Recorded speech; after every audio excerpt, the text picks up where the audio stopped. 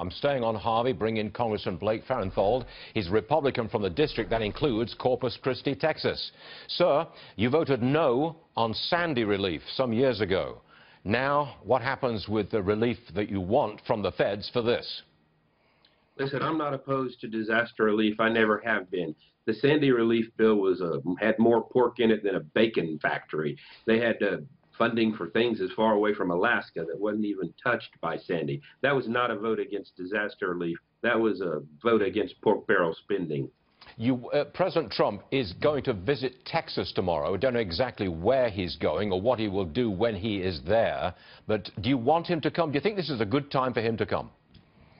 Well, in Corpus Christi, we're not in the middle of the disaster. We're starting to go through the recovery phase, but we've got areas very near us, Port Aransas and Rockport, that were heavily damaged. I think it's important that the president see what's going on so we can be sure the federal resources are available. Conditions haven't cleared in Houston yet, so it's probably not appropriate for him to go up there, probably not safe for him to go up there. But I do think having your own eyes on the devastation that I have seen is important.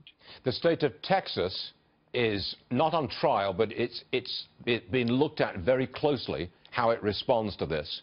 President Trump is being looked at very closely. How does he respond? How do you think the two are doing so far? I think is doing phenomenally well, considering this is an unprecedented storm. Normally, a hurricane will come in, blow through, and be gone in a couple of days. This storm will not go away. It's been pounding us since Saturday.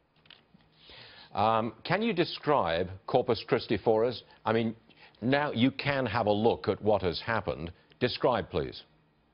Corpus Christi has actually dodged a bullet, but 30 miles across the bay in Port Aransas, it's pretty much every boat in the harbor is sunk, buildings destroyed. The National Guard is stopping people from coming in unless you've got a Port Aransas address on your driver's license. Rockport, about 40 miles away from Corpus Christi, also devastated. No water, no sewage, no electricity, no grocery store. They're completely dependent on water supplies from the government, and it's tough.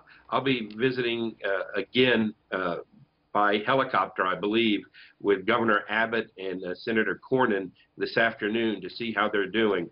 But when we tried to drive there the other day, we got about 3/4 of the way there. You had mobile home parks destroyed. There wasn't a sign up on the street. The cell tower had wires still flapping in the wind. It's not a pretty sight. Congressman Blake Farenthold, you've got a busy day, a busy job for you. Thanks for taking time out to be with us, sir. We appreciate it. Thank you very much. Thank you, Stuart.